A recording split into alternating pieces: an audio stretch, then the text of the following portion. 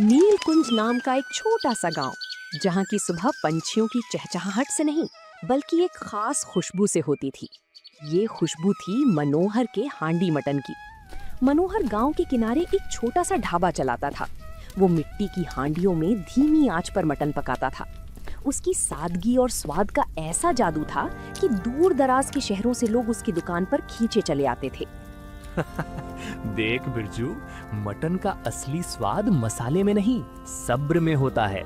जितना धीरे ये आंच लगेगी, उतना ही गहरा इसका रंग चढ़ेगा। आज तो शहर से बड़े साहब भी आने वाले हैं। मालिक, आपकी मेहनत रंग ला रही है। लोग कहते हैं आपके हाथों में जादू है, जादू। पर क्या आपको नहीं लगता कि अब हमें थोड़ी बड़ी दुकान ले लेनी चाहिए? यहाँ बैठने की जगह कम पड़ जाती है। अरे बिरजू, ज्यादा की चाहत इंसान को अंधा कर देती है। अभी जितना है उसी में बरकत है। लोगों को प्यार से खिलाओ, और वैसे भी पैसा तो हाथ की मैल होती है। शुरुआत में मनोहर वाकई ऐसा ही था। वो शुद्ध सरसों का तेल, ताजे खड़े मसाले और बेहतरीन क्वालिटी का मटन इस्तेमाल करता था। लेकिन जैसी जैसी भीड़ बढ़ने लगी, उसकी कानों में लोगों की तारीफें जहर घोलने लगी। उसे लगने लगा कि वो कोई मामूली रसोइया नहीं बल्कि एक जादूगर है। आज पूरे 60 प्लेट मटन बिका है। मुनाफा तो हुआ है, पर अगर मैं लागत थोड़ी कम कर दूं तो ये मुनाफा दोगुना हो सकता है।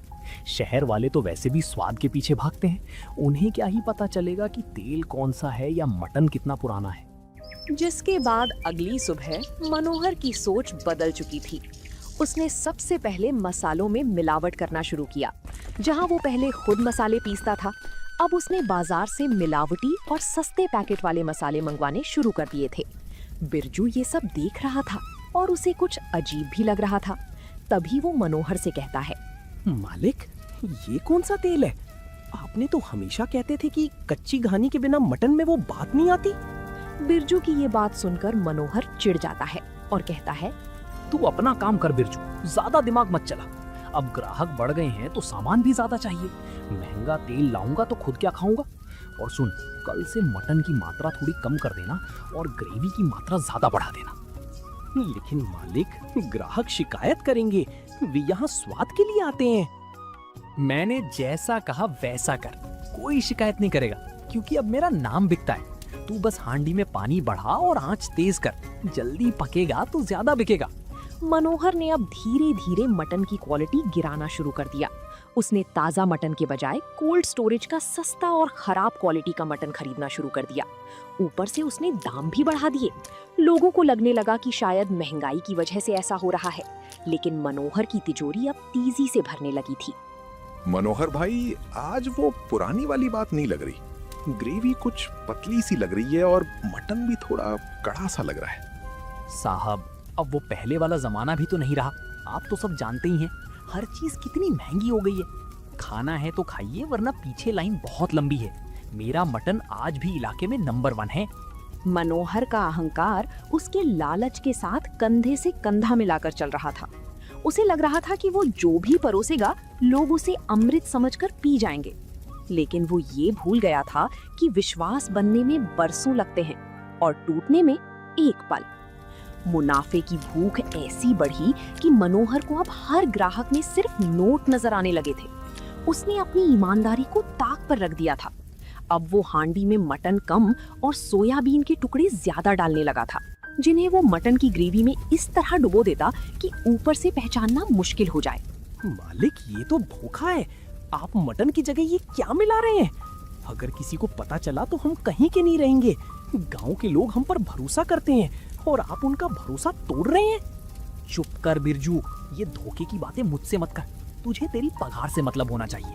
ये शहर वाले लोग हैं, इन्हें मसाले का इतना चस्का है कि इन्हें पता ही नहीं चलता कि ये मटन चबा रहे हैं या कुछ और वैसे भी हांडी का ढक्कन बंद रहता है। अंदर क्या है ये सिर्फ मुझे और तुझे पता है। लेकिन मालिक, आपकी चमक इस ईमानदारी से थी। अब आप उस हांडी में स्वाद नहीं, बेईमानी घोल रहे हैं। तू ज्यादा ज्ञान मत बांट। अगर तुझे यहाँ काम करना है तो जुबान पर ताला लगा ले, वरना रास्ता नाप। बिरजू खामोश हो गया, लेकिन उसका मन शांत नहीं था। मनोहर ने अब हांडी में रंग लाने के लिए केमिकल वाले रंगों का इस्तेमाल करना भी शुरू कर दिया था, ताकि ग्रेवी लाल और चमकदार दिखे। जो भी उस मटन को खाता उसे थोड़ी देर के लिए तो स्वाद आता, पर बाद में भारीपन महसूस होता। कहते हैं कि बुराई का घड़ा एक दिन जरूर भरता है। मनोहर की दुकान पर अब भीड़ तो उतनी ही थी, लेकिन लोग खाना खाकर संतुष्ट होकर नहीं जाते थे। धीरे धीरे गांव में अफवाहें फैलने लगी कि मनोहर के ढाबे का खाना खाने के बाद लोगों का पेट खराब हो रहा है। मनोहर बेटा, मैंने सुना है कि आजकल शहर से आने वाले कई लड़के तुम्हारे यहाँ खाना खाकर बीमार पड़ रहे हैं। क्या बात है? तुम वही पुराना मसाला इस्तेमाल कर रहे हो ना? अरे काका, आजकल के लोगों का पेट ही कमजोर है। थोड़ा तीखा क्या खा लिया, बस पेट बोलने लगता है।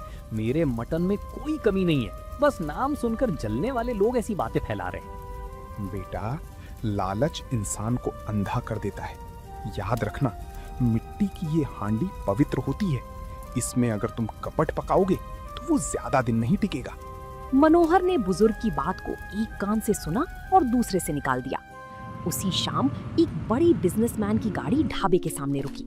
उसने मनोहर को 500 के कई नोट दिए और अपनी पार्टी के लिए 10 बड़ी हांडी मटन तैयार करने का ऑर्डर दिया। तभी मनोहर ने बिरजू से कहा, देखा बिरजू, काका बोल रहे थे दुकान नहीं चलेगी, यहाँ तो ऑर्डर की बारिश हो रही है। अब देख इन 10 हांडियों में मैं क्या खेल करता हूँ। मटन आधा होगा और ग्रेवी डबल। ये पैसा नहीं, बद्दुआएं हैं मालिक। मनोहर ने रात भर जागकर उन हांडियों को तैयार किया। उसने खराब क्वालिटी का मटन और ढेर सारे गरम मसाले डाल दिए ताकि मटन खराब क्वालिटी है ये पता ना चले। उसे लगा कि वो आज माला माल हो जाएगा, लेकिन उसे अंदाजा भी नहीं था कि ये 10 हांडियां उसकी विनाश का कारण बनने वाली हैं। अगली सुबह मनोहर ने बड़े गर्व के साथ वे 10 हांडियां उस बिजनेसमैन की गाड़ी में रखवा दी। उसे अपनी चालाकी पर बहुत नाज हो रहा था। उसने आधे से भी कम मटन का इस्तेमाल किया था और बाकी जगह सोयाबीन और भारी मात्रा में नकली मसालों से भर दी थी। पैसे जेब में आते ही मनोहर के पैर जमीन पर नहीं पड़ रहे थे। देखा बिरजू, इसे कहते हैं धंधा। एक रात की मेहनत और महीने भर की कमाई एक साथ। तू फालतू में डर रहा था, वो सेठ तो खुश होकर गया है। मालिक, मुझे तो डर लग रहा है। आपने उस मटन में बहुत ज्यादा मिलावट की है। अगर उस पार्टी में किसी की तबीयत बिगड़ गई तो बहुत बड़ी मुसीबत हो सकती है।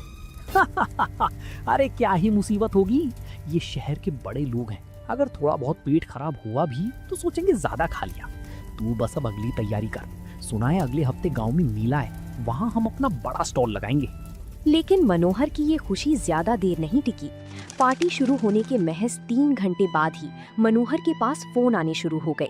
उस पार्टी में जितने भी मेहमान थे उनमें से आधे लोगों को पेट दर्द की शिकायत होने लगी। देखते ही देखते खबर आग की तरह फैल गई। दोपहर का वक्त था। मनोहर अपनी दुकान पर बैठा ग्राहकों का इंतजार कर रहा था। तभी अचानक 4-5 गाड़ियां धूल उड़ाती हुई उसके ढाबे के सामने आकर रुकी। वही बिजनेसमैन और उसके साथ कुछ गुस्से में भरे लोग बाहर निकले। उनके हाथों में वही मिट्टी की हांडियां थीं। तभी वो बिजनेसमैन गुस्से में मनोहर से कहता है, मनोहर, ये कैसा हांडी मटन खिलाया है तूने हमें? तेरी वजह से मेरी पूरी पार्टी खराब हो गई और मेरे 3 दोस्तों की तबीयत भी बिगड़ गई है। और ये देख, इस हांडी में मटन कहाँ है? ये तो केवल सोयाबीन और रंग है। साहब, वो गलती हो गई होगी, शायद मसालों का कुछ असर हो गया होगा।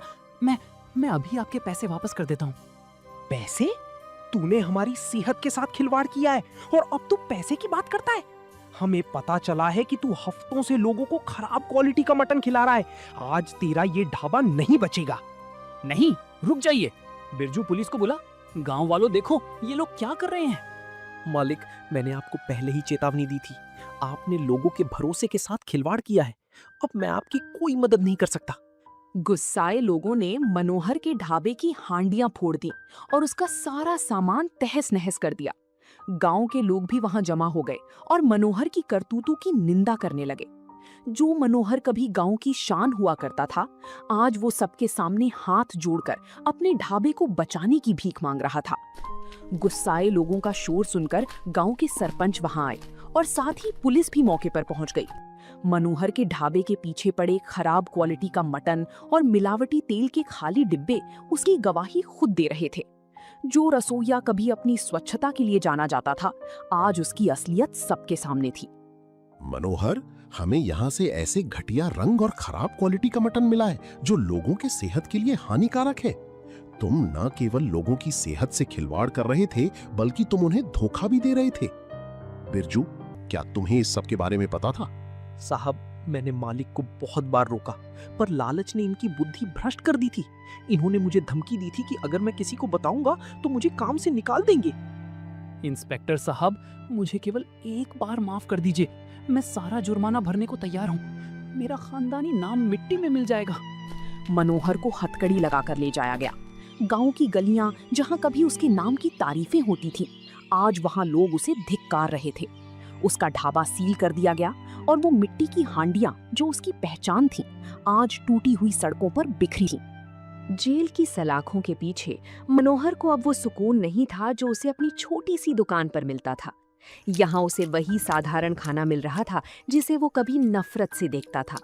उसे अपनी गलतियों का एहसास तब हुआ जब उसे पता चला कि उसके मटन की वजह से गांव के कई लोगों की तबीयत बिगड़ने लगी थी। ये मैंने क्या कर दिया? चंद पैसों के लिए मैंने उन लोगों का भरोसा तोड़ दिया जो मुझ पे आंखें बंद करके भरोसा करते थे। बिरजू सही कहता था, पैसा तो हाथ की मैल है, पर साख चली जाए तो फिर कभी लौट कर नहीं आती। आज मेरे पास पैसा तो है, पर उसे खर्च करने की आजादी नहीं, और ना ही कोई अपना कहने वाला। मालिक, आपकी जमानत की अर्जी खारिज हो गई है। गांव में अब कोई भी आपके पक्ष में गवाही देने को तैयार नहीं है। बिरजू भाई, मुझे जमानत नहीं चाहिए। बस ये बता कि क्या वो लोग अब ठीक हैं जिनकी तबीयत मेरी वजह से खराब हुई थी? उन सब की तबीयत अब ठीक है, पर लोग अभी भी बहुत गुस्से में हैं। मालिक, आपने अपनी कला को व्यापार बनाया, वो तो ठीक था, लेकिन आपने उसे व्यापार से छल बना दिया। यही आपकी सबसे बड़ी हार है। मनोहर की आंखों से आंसू बहने लगे। उसने जिस हांडी को अपनी सफलता का आधार माना था, उसी हांडी में उसने अपने चरित्र की आहुति दे दी थी। उसे समझ आ गया था कि लालच की हांडी कभी भी पेट नहीं भरती, बल्कि वो इंसान को ही निगल जाती है। करीब 6 महीने जेल में काटने और अपनी जमा पूंजी का बड़ा हिस्सा जुर्माने और वकीलों में खर्च करने के बाद मनोहर जेल से बाहर आया। लेकिन बाहर की दुनिया अब उसके लिए वैसी नहीं थी। उसका ढाबा खंडर बन चुका था और गांव में कोई उससे बात करना तो दूर, उसकी तरफ देखना भी पसंद नहीं करता था। वो पूरी तरह से अकेला पड़ चुका था। जिस जगह ने मुझे पहचान दी, आज वहीं खड़ा होकर मैं एक अजनबी जैसा महसूस कर रहा हूँ। लालच ने मुझे कहीं का नहीं छोड़ा, ना साख बची, ना सम्मान। मालिक, आप आ गए? मैंने सुना था कि आप आज छूटने वाले हैं। हाँ बिरजू, पर अब वापस आकर क्या करूंगा? ना कोई ग्राहक आएगा, ना ही मेरे हाथों में अब वो जादू बचा है। मैंने अपनी ईमानदारी के साथ अपना हुनर भी खो दिया है। मालिक, हुनर इंसान से कोई नहीं छीन सकता, बस नीयत साफ होनी चाहिए।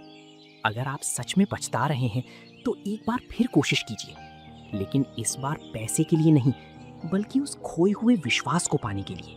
मनोहर को बिरजू बात में उम्मीद की एक किरण दिखाई दी। उसने तय किया कि वो फिर से हांडी मटन बनाएगा, लेकिन अब वो मालिक बनकर नहीं, बल्कि एक सेवक बनकर लोगों को खिलाएगा। मनोहर ने अपना पुराना ढाबा एक बार फिर खोला, लेकिन इस बार उसने प्रतिज्ञा की कि वो अगली 1 साल तक केवल शुद्ध सामग्री का उपयोग करेगा और उससे होने वाली कमाई का एक हिस्सा गांव के अस्पताल में दान करेगा। शुरुआत में लोग नहीं आए, लेकिन मनोहर डटा रहा। भाइयों, मैंने अतीत में बहुत बड़ी भूल की है। मैं आपका विश्वास फिर से जीतना चाहता हूँ। आज का खाना मेरी तरफ से फ्री है। बस एक बार चख कर देखिए कि क्या मुझ में अब भी वो पुरानी सच्चाई बची है। धीरे धीरे गांव के लोगों का दिल पिघलने लगा जब उन्होंने देखा कि मनोहर खुद वही खाना खा रहा है और मसालों की वही पुरानी शुद्ध खुशबू फिर से लौट आई है। तो लोग वापस आने लगे। इस बार मनोहर के पास कोई आलीशान काउंटर नहीं था, ना ही वो नोट गिनने की जल्दी में था। मनोहर भाई, सच कहूं तो आज फिर से वही पुराना स्वाद आया है। शायद इसलिए क्योंकि आज आपकी हांडी में लालच नहीं, बल्कि ईमानदारी पक रही है। आपने सही कहा भाई साहब, स्वाद मसाले में नहीं, साफ नियत में होता है। अब मुझे अमीर नहीं बनना, बस आप लोगों की दुआएं कमानी है। मनोहर समझ चुका था कि सफलता का कोई छोटा रास्ता नहीं होता। लालच की हांडी एक बार तो भर सकती है, पर वो हमेशा के लिए भूख नहीं मिटा सकती। आज वो फिर से वही मनोहर बन गया था जिसे पूरा गांव प्यार करता था। एक साधारण इंसान जिसका मटन उसकी पहचान नहीं, बल्कि उसका चरित्र था। तो दोस्तों, आप लोगों को ये कहानी कैसी लगी कमेंट करके जरूर बताएं और ऐसी कहानियों को देखने के लिए वीडियो को लाइक करें और चैनल को सब्सक्राइब करें।